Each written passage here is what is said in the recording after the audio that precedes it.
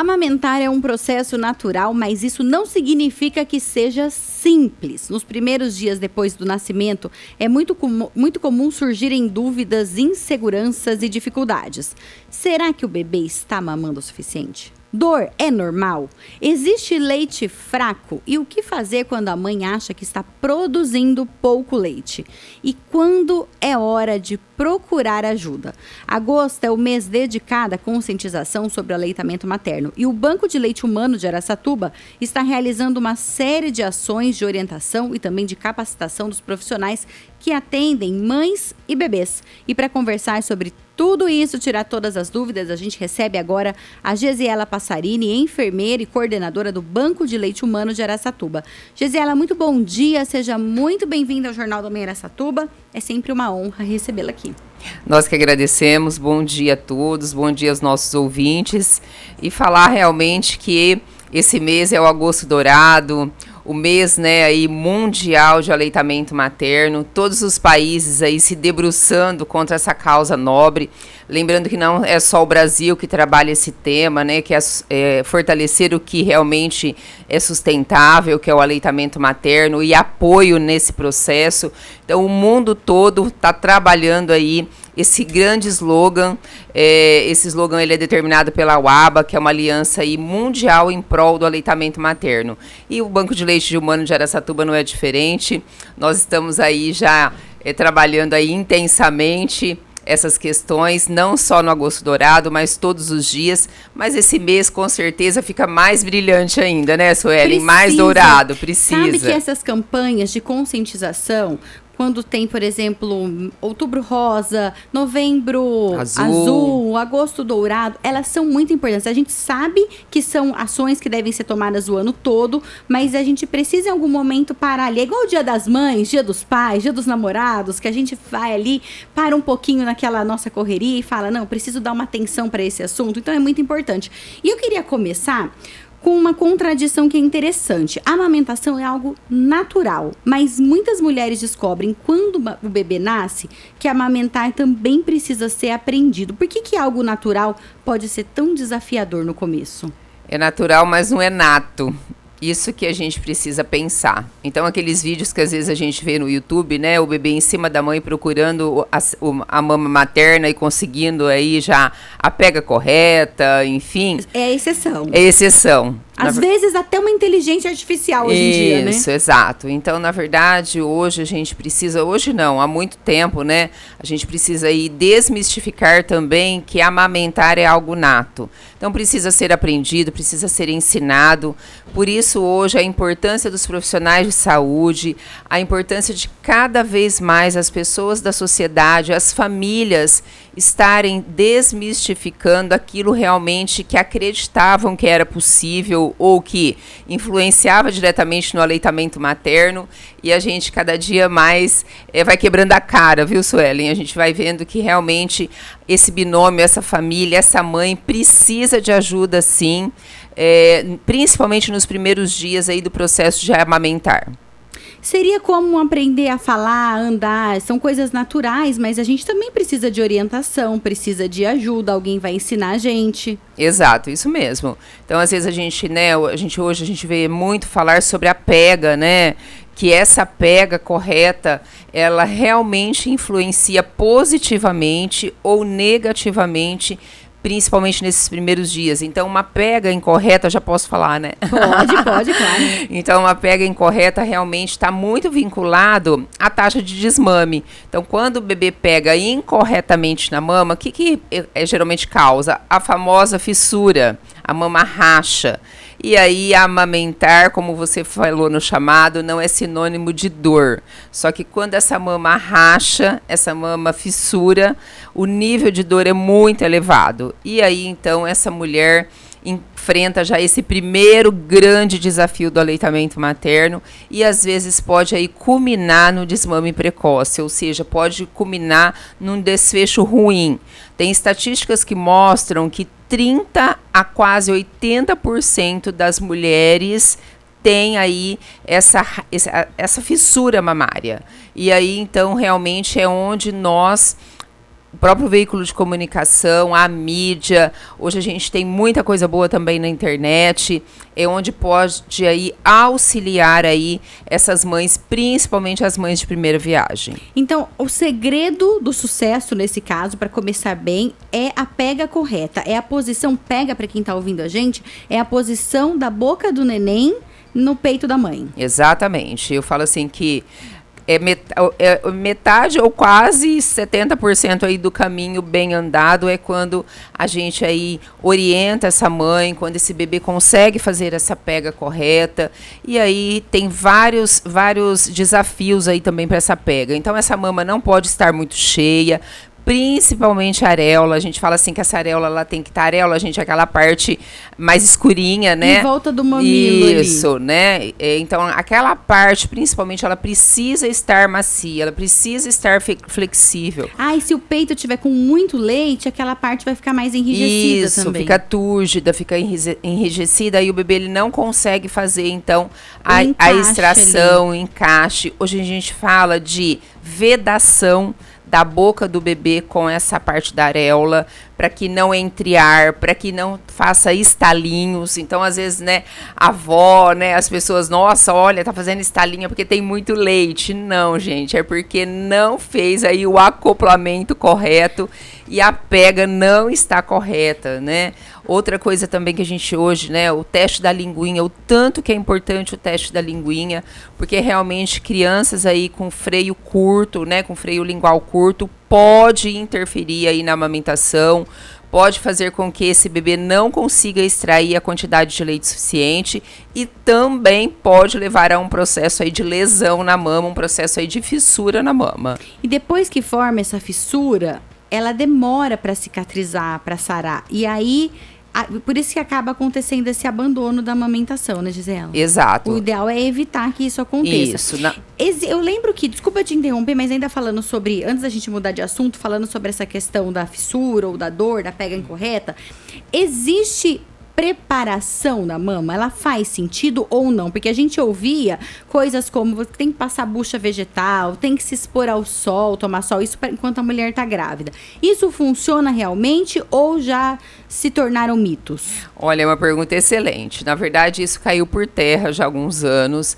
Na verdade, eu falo assim, o que tem que ser preparado? Tem que ser preparado a cabeça da gestante, do companheiro que está ao seu lado e principalmente, enfim, o aleitamento materno, aqui vai uma dica para todos os profissionais, ele começa junto com o pré-natal. Ele não começa lá a partir do momento que a mulher acabou de ter o seu filho lá na maternidade.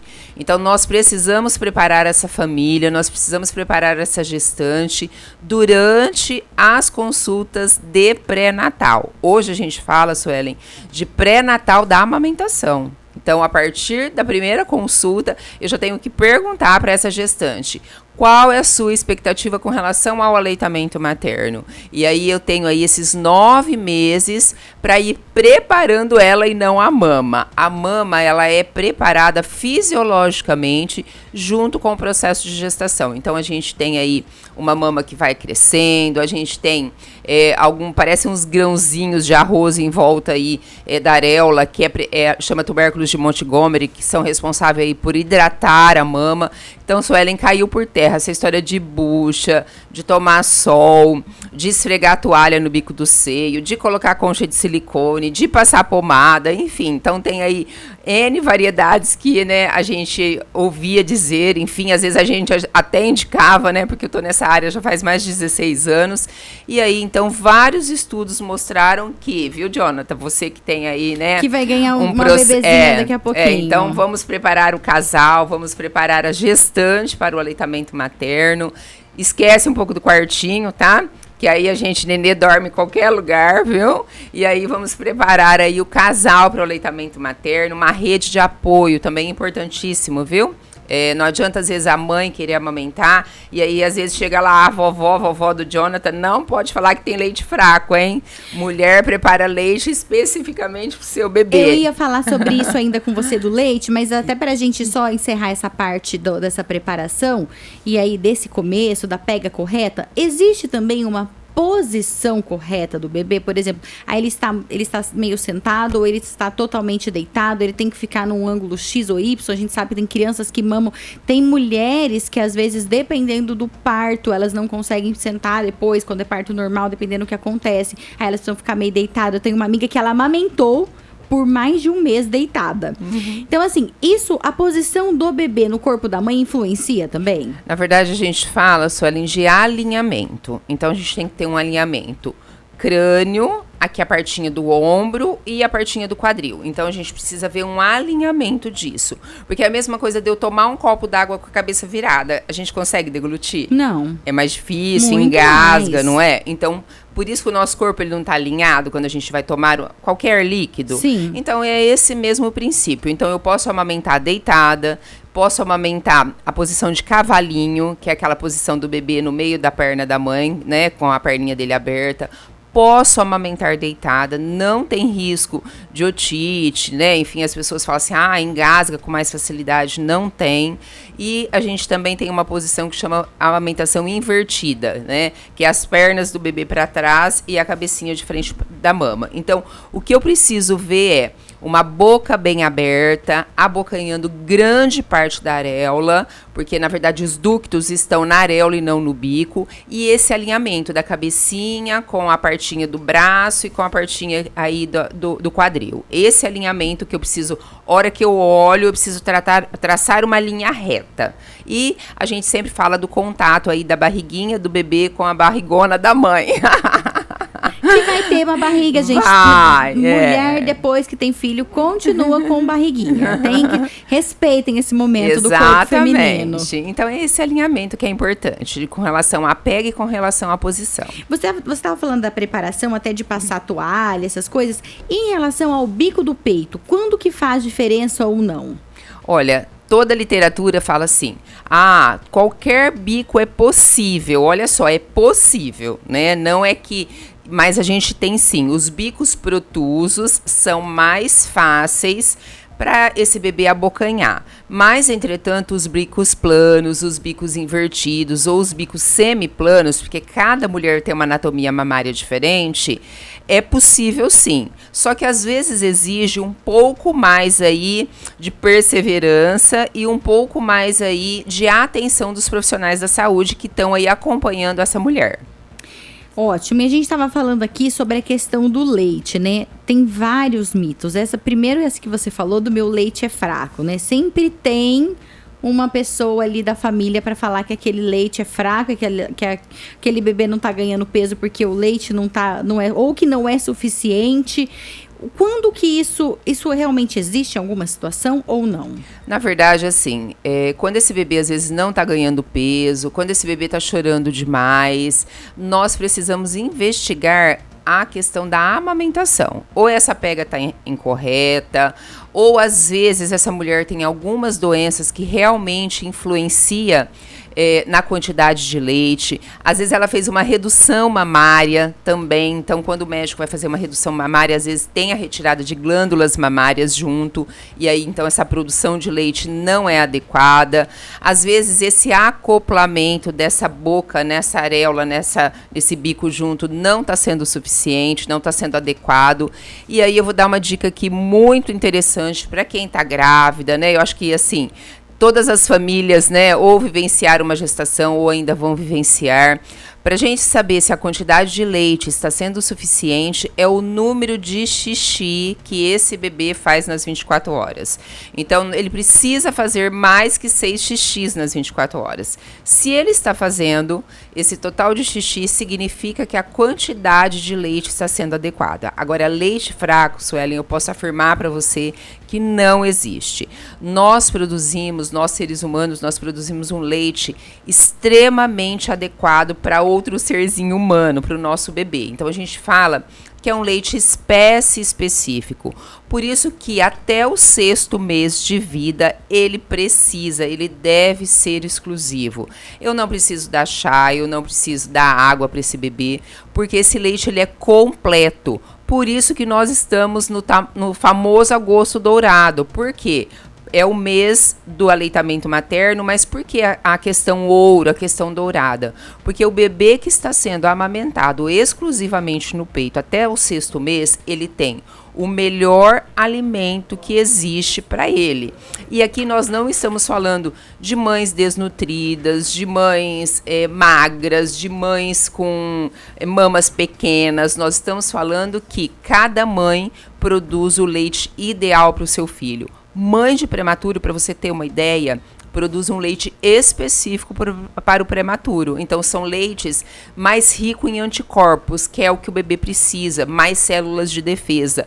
Mães de bebê a termo, ou seja, que já nasceram aí depois das 37 semanas, produz o leite para o seu filho.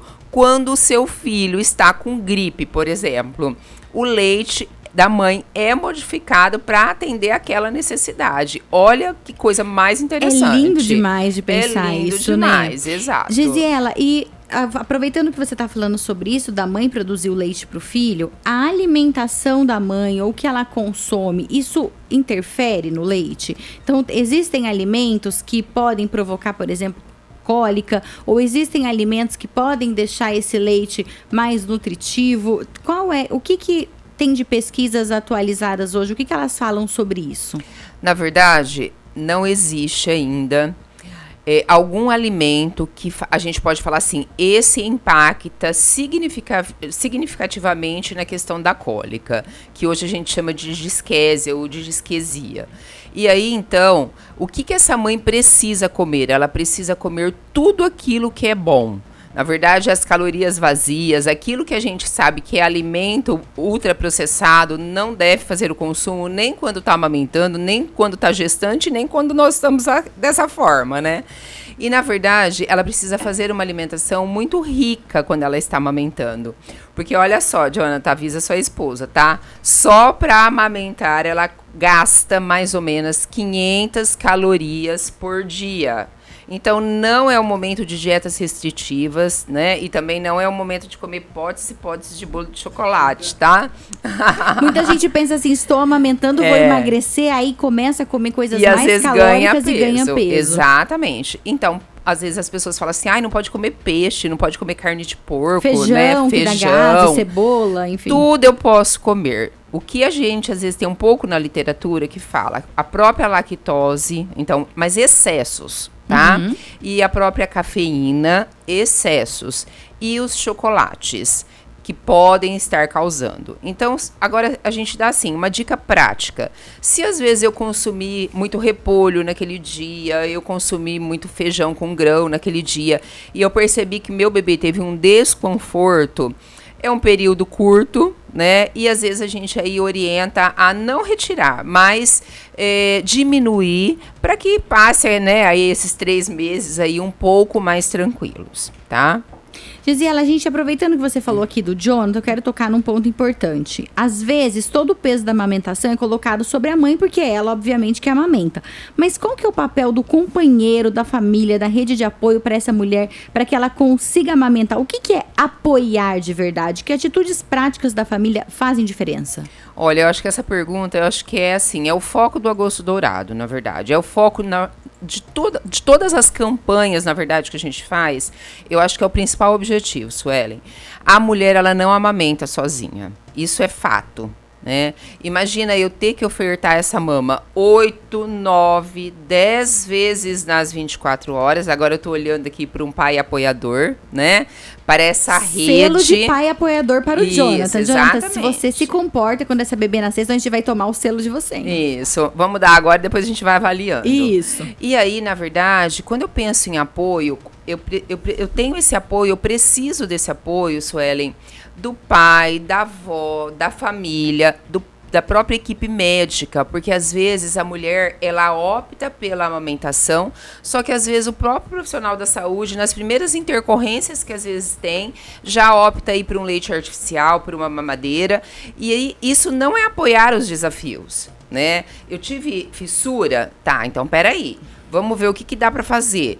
A minha mama tá engurgitada, começou a doer. Não, peraí, que preciso ver o que tá acontecendo. Meu bebê não tá ganhando peso, então vamos atrás desses profissionais. E o pai, o que o pai pode estar fazendo? o momento da amamentação, ele é da mãe. Só que levar um copo d'água é do pai, né? Fazer uma tarefa doméstica pode ser do pai, da avó. Colocar esse bebê para rotar pode ser do pai. Acordar junto com a mulher à noite é do pai, ou às vezes é de uma mãe, de uma sogra que está ali ao lado. Chegar na casa, nós visitantes, viu, Suelen? Chegar na casa, ao invés de ver o bebê, querer tirar foto com o bebê, vamos levar uma canjica. A canjica não aumenta a produção de leite, só que a mulher, ela se sente o quê? Importante. Quando a Suelen fez uma canjica pensando nela. Cheguei lá, a pia tá cheia de louça. Não preciso falar nada, vou lá quietinha, lavo essa louça. Levo o outro filho para sua casa no final de semana. O filho mais velho. O filho mais velho. Levo uma roupa para lavar, levo uma comida pronta. Fico com o bebê um pouco para essa mãe dormir. Ou tomar um banho de verdade. Com calma. Exatamente. Então, isso que é uma rede de apoio sustentável. Porque não é fácil amamentar. Quem falou que é fácil, eu acho que ainda não amamentou. Ou às vezes... Deu muita sorte. Exatamente, que são as exceções. Mas, e outra coisa que a gente também precisa desmistificar, a mulher carrega um peso muito grande com relação à amamentação. Eu lembro que tinha um slogan que falava assim, ó, amamentar é amar. Uai, quem não amamenta não ama?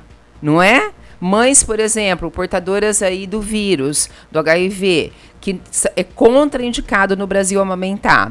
Porque ela está contraindicada a amamentar, ela não ama o seu filho, então também nós precisamos desmistificar essas questões. E também amamentar é uma decisão da mulher, né? Às vezes a sociedade impõe também essa questão, mas também é uma decisão dela. Sim, né, Gesiela? Se a mulher, por algum motivo, não consegue ou não quer, enfim, amamentar, ela é julgada. Mas se ela amamenta até os 2 anos de idade, ela também é julgada, porque a criança tá grande já e ela tá amamentando. Ou seja, você vai ser julgada de qualquer forma. Então, faça o que for melhor para você e para o seu filho.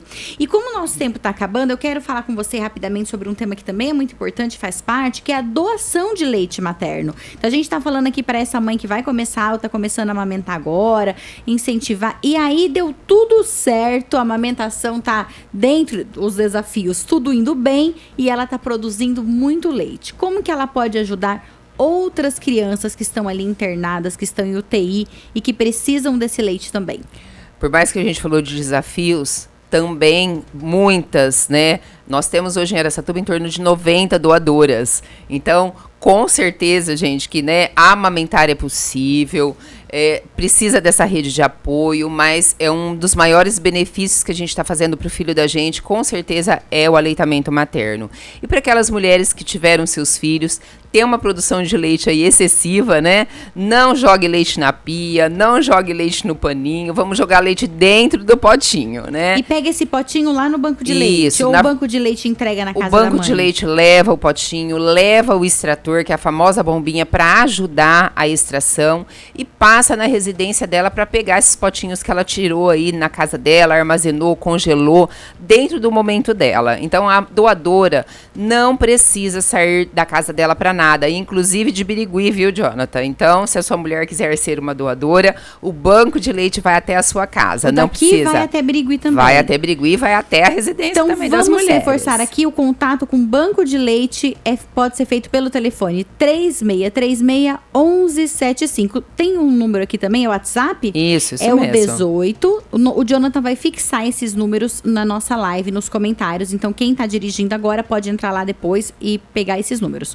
É o 18 997 18 1654 1654 997 18 1654 e você entra em contato com o banco de leite para fazer sua doação. E o banco de leite também auxilia as mulheres que estão com dificuldade de amamentar, né? A mulher que, independentemente dela doar ou não, exato, ela tem alguma dificuldade, ela pode procurar vocês também. Exatamente, a gente tem um ambulatório de aleitamento materno que funciona de segunda a sexta, pode ligar nesses telefones que a Suelen falou e agendar o seu horário. Importantíssimo, às vezes a mulher também quer quer bater um papo, ela tá gestante e ela quer ir lá, vamos lá, pega um boneco, vamos ver que jeito que é essa pega, que jeito que é esse alinhamento, pode agendar um horário lá que com certeza nós vamos receber vocês aí com todo carinho. Gisela, mais uma vez, muito obrigada pela participação, pelos esclarecimentos e pelo trabalho realizado ali no Banco de Leite. Nós que agradecemos em nome da Secretaria Municipal de Saúde. Então, mais uma vez, muito obrigada. Você, se perdeu o telefone, você vai lá no nosso YouTube ou Facebook, que está ali o número do Banco de Leite de Araçatuba, tem o WhatsApp também, e você não precisa sair de casa, o Banco de Leite vai até a sua casa. Bom, antes do jornal encerrar, hoje a gente quer prestar uma homenagem a Fabrício Castilho, que morreu neste sábado aos 45 anos, vítima de um infarto. Ele foi sepultado